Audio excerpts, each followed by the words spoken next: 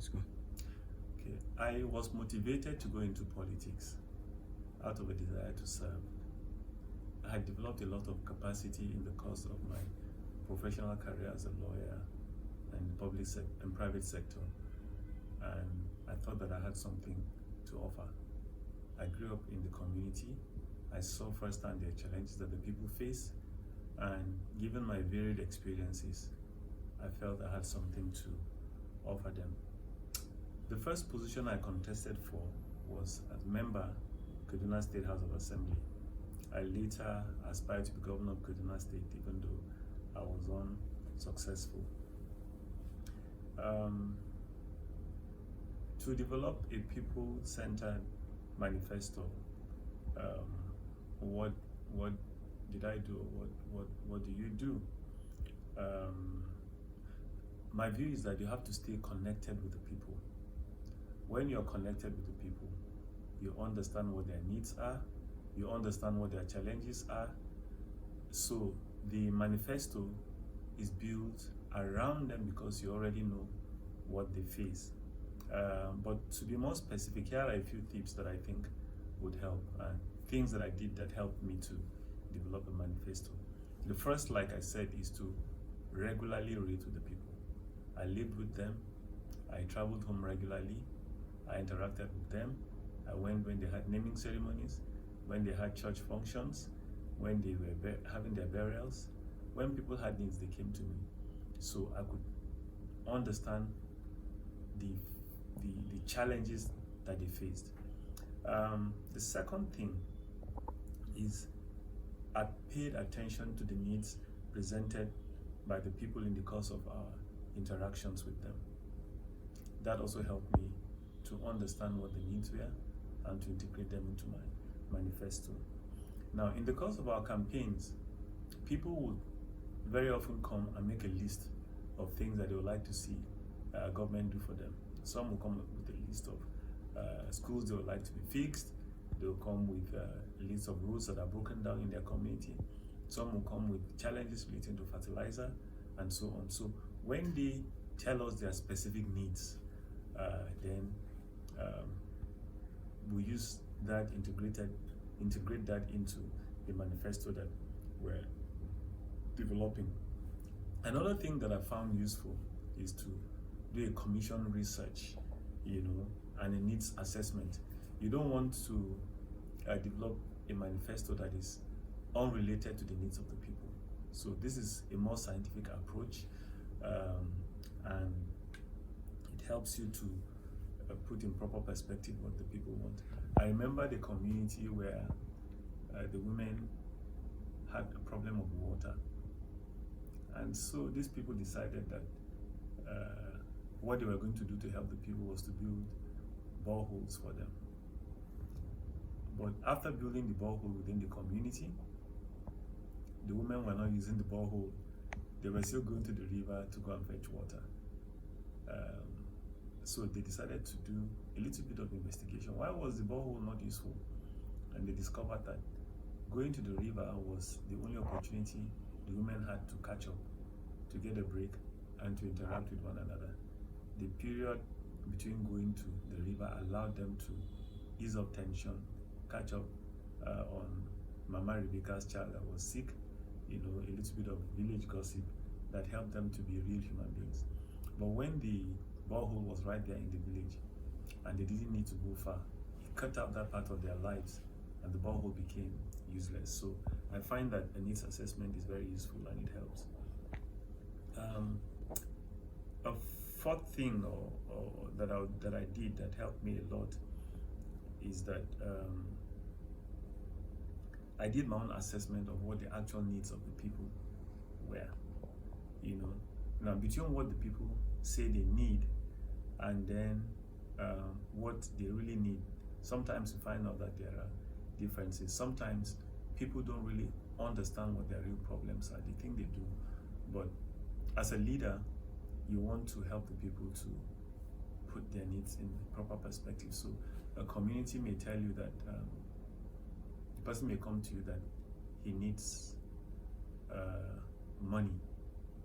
What he basically needs is an education or he may actually need a skill so that he can be able to earn money for himself. So based on my interactions with them, I'm able to assess what the real needs are, and to integrate that into my manifesto. The fifth thing, or sixth thing, the sixth rather, that I would say is key in developing a manifesto for me is my personal goals and values. As a leader, you have certain goals you want to see achieved for your community based on your experiences, based on your trajectory in life, based on the information you have, based on the knowledge that you have, and you want to steer your community in a different direction. A leader is supposed to lead, to take people to the top of the mountain. And so you don't allow only the needs of the people to determine what you do for them. You're able to also look at the people critically, the community critically, and say, look, if I do this, this is going to have a long-term effect and benefit for the community. And then you do projects in that direction. And so what were the kind of things I captured in my manifesto? My manifesto was centered on fighting and eliminating poverty. I've hated poverty from when I was a child, and then I grew up in the community. I saw poverty every day. I go to their houses. In my most recent political activity, I went to visit some delegates, and I went into their homes. I couldn't find space to sit because they were so poor. The room was the parlor, was everything, just one room.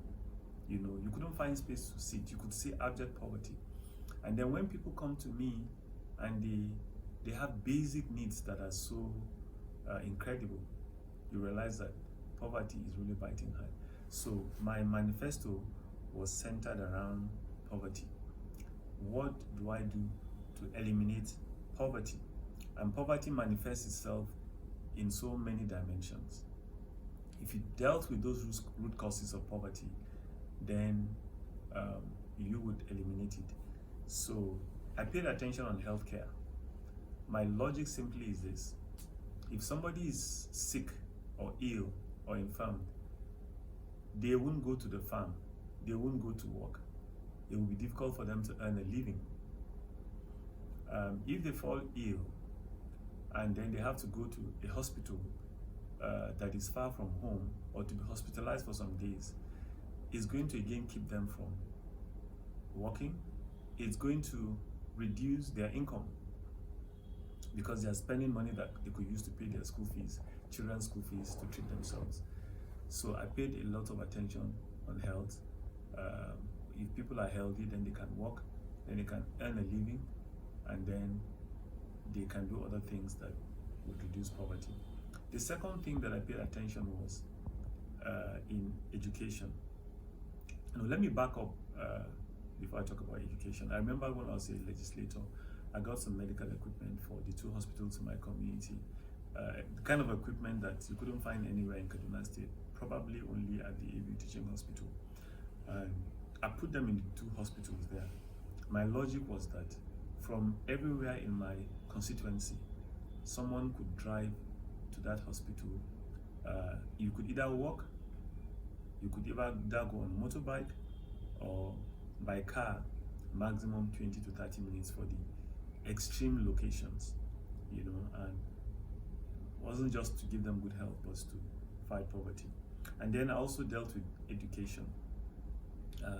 If you're educated, if you're enlightened, and functional education now, not just paper education, then you will be able to deal with poverty. You can get a job, you can develop a skill that you can use to earn income for yourself. And so I paid a lot of attention on educating people, vocational education, regular conventional kind of education through scholarships, ensuring that our school infrastructure was improved, and so on. The third thing that I built my manifesto around was issues relating to corruption. Corruption is one of the things that also leads to poverty. Nigeria is where it is today because there's so much corruption. That corruption has taken away resources that could be used to develop the nation, create jobs, and it's keeping people out of jobs. So I paid a lot of attention on that. And then finally, I was interested in developing our public infrastructure. Again, I realized that poverty is related to infrastructure. If you have a good road in the rural area, people can take their farm produce to the markets to sell. If there is light, constant light, artisans would have power to be able to do their work. For the last week, I was in my office at Abuja, and I needed to work on some documents, and for 2-3 days there was no light. So you can imagine how difficult it was. I had some work I was commissioned to do by some clients, and it was very difficult, extremely difficult to meet my target. I had to resort to using a generator. I could afford one, so I was able to do that. But imagine the person in the rural area who is a welder, or does some work, a barber, that needs light all the time. And once there's no power, the infrastructure is broken down in that area, then you find out that they won't be able to do their work and earn a living for themselves. So my manifesto was designed and built around fighting poverty. Now, one of the things I did to make my manifesto known was I produced flyers. I just made some publicity material where I captured the kind of things that I wanted to do and distributed them. I also held town hall meetings and then regular community engagements with my community. I made use of both the conventional media and social media. I granted press interviews. I made posts on social media, and people were able to know the things that I planned to do and the things that I had done. In order to keep my constituents abreast of the implementation of my manifesto, again, I held town hall meetings where I told them the things that I was doing, and then they could ask questions, and I'll give them responses. In the course of that, they would know what the government was doing or what I was doing. I also held constituency briefings where I would catch them and update them on the progress I was making in implementing my manifesto. Finally, I took advantage of public functions that I was invited to. Whenever I was invited to a program in a church and I was given time to speak, apart from the spiritual things that we'll talk about, I'll tell them a little bit about what I was doing in government. If there was a cultural event where I was invited to and had to speak, again, I took opportunity of that to talk about what I was doing as the person represented in public office. Now, on a final note, one of the challenges that I saw was that it was difficult to strike a balance between the expectations of the people and what my constitutional roles were. For most part, I was a legislator, but people, what they wanted from me was different from what a legislator was elected to do. People wanted me to come and build hospitals for them, or to build roads and so on. As much as possible, I tried to educate them to understand that, look, as a legislator, this is what my role was. And in doing that, I sponsored a lot of bills. I won awards for being the highest bill sponsor in the House of Assembly.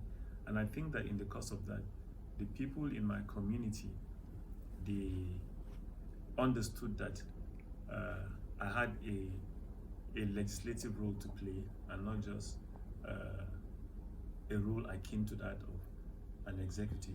But it's usually very difficult, and what I did was, as much as possible, to just keep talking about it and then try to strike a balance.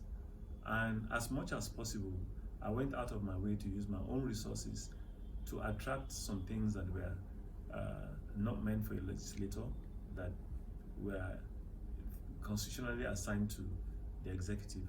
I gave the example of the hospital equipment that I brought, that were worth over $400,000, over 100 million to about 150 million naira.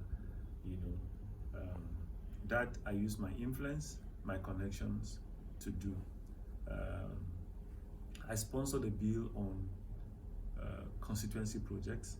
The whole idea was that to get the executive to come and do some projects in the community. And in the course of my time as a legislator, I was able to get several boreholes done. Not just a few, but in every health institution, in every school, I put a borehole. For me personally, that was an achievement because it was in line with my goal to eliminate poverty, but also to improve health, and then it served the interest of the community who wanted to see something done for them in the form of projects that they could see physically and say, oh, our member had done this. So by and large, that is the much I have to say at the moment concerning developing the manifesto and how I went about implementing it. Thank you.